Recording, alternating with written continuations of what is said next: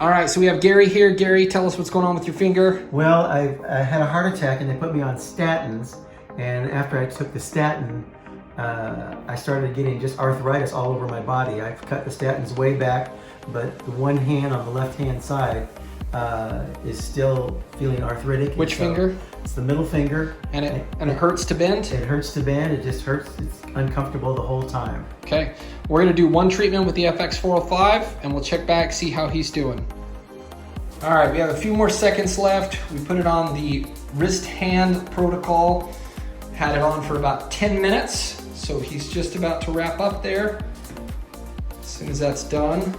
Okay, so now, go ahead and move that around. Tell me how that feels.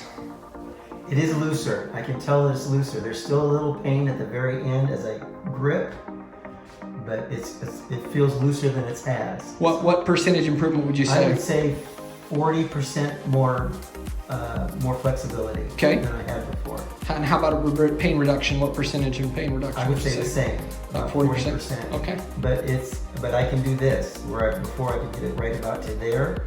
Now I can grip it down, but I still have a little bit of pain. So I'm coming back tomorrow. Okay. Awesome.